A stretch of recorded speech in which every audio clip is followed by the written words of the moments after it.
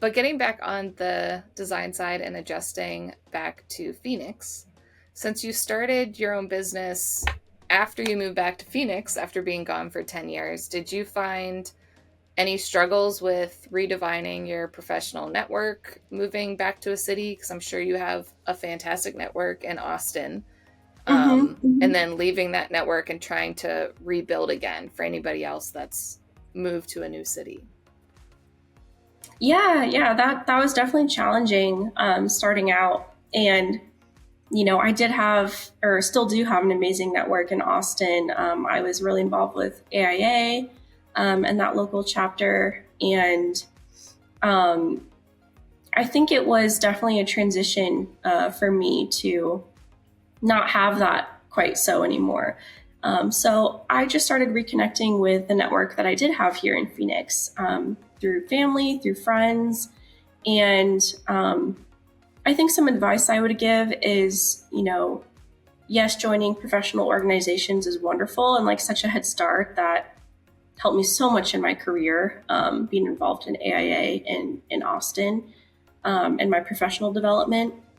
But I think, getting out there and just meeting people, like meeting people at the gym, at our community gym, really like saved me when I first moved here. We moved out here in April, and by May we were signed up, and like those were our first kind of closer friends because we were seeing them every day, and that has spun into relationships now. And so I think just getting out there and meeting people. If you admire someone that you don't know on a personal level, reach out to them, reach out to have a coffee. And, most people are nice. Most people will be receptive, and like, you made a new friend.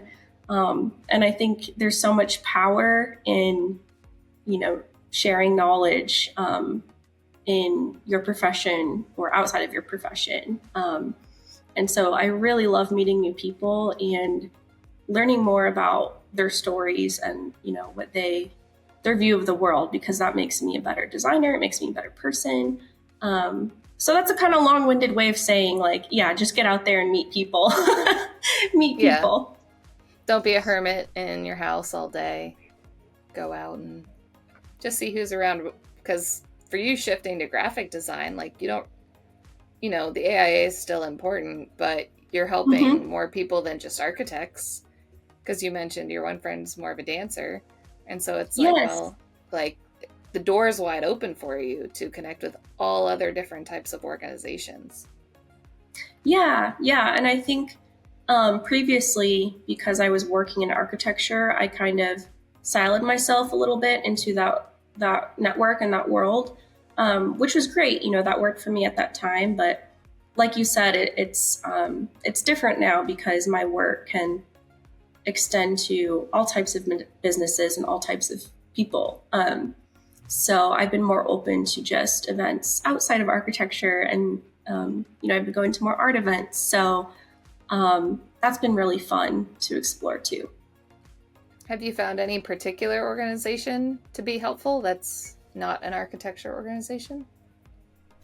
Not right now. No, I think I've just been going to some client events of mine. An art curator I work for, she hosts these monthly events, and all types of people go, and it's really fun.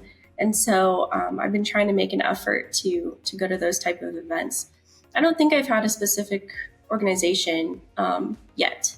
I'm still learning Testing the and trying to find waters. that. Yeah, testing the waters.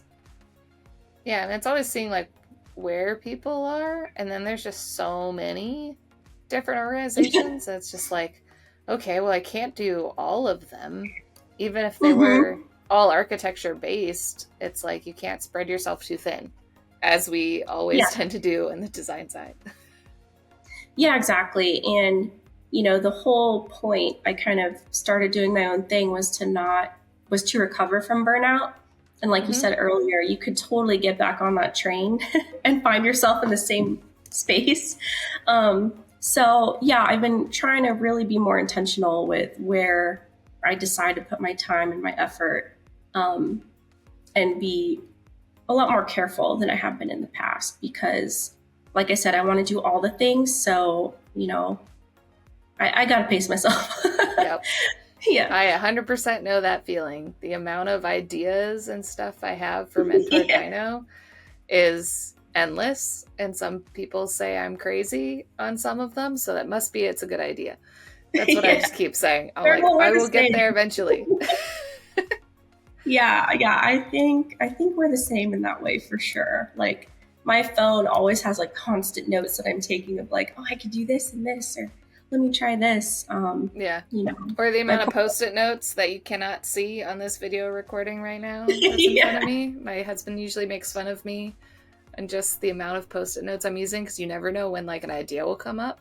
Like I'll even be yes, drafting and I have an idea about something, so I just want to write it down real quick before I forget. But oftentimes in a post-it note, because I tend to have my like actual architecture work notebook, and I'm like, well, I don't want to put that in that notebook. I'll put on a yeah, post-it note and then add it to my other notebook later, and then just have yeah, post-it notes yeah. everywhere. Let's have this nice chaos going on. Yeah, no, Exactly. Organized chaos, and it's fine. yeah. No, I totally feel that. Like, I'm writing a book right now. It's still underway. It's called Pep Talk Tips, Advice, and Encouragement for Women in Architecture, or for women starting their careers in architecture. And it's so funny because, when you think about writing a book, it's like so romanticized. It's like you have a typewriter in the cabin, like, and these thoughts come to you. But like, no, it's mostly me at like 2 a.m. when I can't sleep. I'm typing in my phone, like all these thoughts of like, oh yes, I need to include this in the book, or, you know, Yeah. I think that's common with the creative process, right? It's like these things kind of hit you at different times, and Yeah, I would say you there's so need to step out to experience life to be able to have the ideas to create. Like, if you don't get out of architecture and go experience something, then your design kind of gets stipend or you hit more design mental blocks. But sometimes your best ideas are when you're least expecting it, and like at a bar with friends or yeah, walking in a yeah. park. But No, I know what you mean with absolutely. writing a book. I did that too with my it was just a guide for high school students and parents going in to start studying architecture, and I feel like a lot of it was just like pretty straightforward since we've gone through it, but it still is a long process, and it's like, well, how do I organize it? And there's a lot of things that kind of happen at the same time. So it's just like, but in a book, it's a little bit more linear on how you read it. So there's a lot of like reshuffling of chapters and where do I want to explain it first to make it make sense, and then have other people read it that aren't architects at all, since that's who I was writing for. Because it's like, am I making any sense to you? And trying not to do any archy speak or jargon in it to confuse anybody. But it's a long process. So I give you a lot of credit. It'll be a very long time before I write another book. I like the shorter content. Yeah, I know. It's a whole other creative endeavor, right? But it's like building a building. It's a longer process. Yeah. It's a longer process for sure. There are a lot of complexities there. But it's been really fun to dive into that too. Yeah. And how do you feel your own wellness has been shifting from being an employee to an entrepreneur? Oh my God. I mean, it's drastic. It's drastic from like where I was a year ago. This past week in my book, I made a table where I have two columns side by side, and in one column, the topic is my wait, how did I phrase it? My picture of my day. Change it 5 times by the time you actually. Yeah, I know. I'm like, what do I call it? Yeah, it's my day on the burnout train versus my day now, actively taking care of myself. And it's so funny because like literally just writing out what I did, like how I started my day, what I'm like physically doing, what I'm eating, what I'm like drinking. And it's just, the difference is kind of staggering. Like, on the burnout train, I would get up, rush to work, pump 2 cups of espresso into my body, not have breakfast, like already put my body in a state of stress, and then continue that stress like throughout the day. Not make my lunch, go get like a not so healthy option, not move my body after work, like study for 3 hours for the AREs, and then just like I'm looking at it, I'm like, how was I surviving? Like, how was I doing this?